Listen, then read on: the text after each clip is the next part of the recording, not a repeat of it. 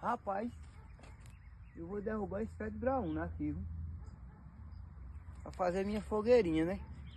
Oxe, olha.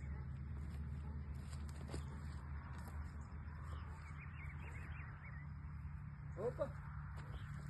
Pode cortar não, isso aí não. Essa madeira aí não, esse pé de árvore.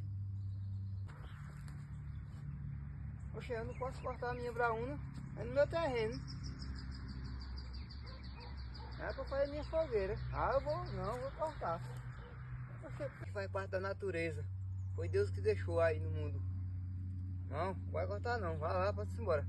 Oxe, vai lá, pode ir. Pode nem cortar um pezinho de pau desse pra fazer a fogueira de São João. Ah!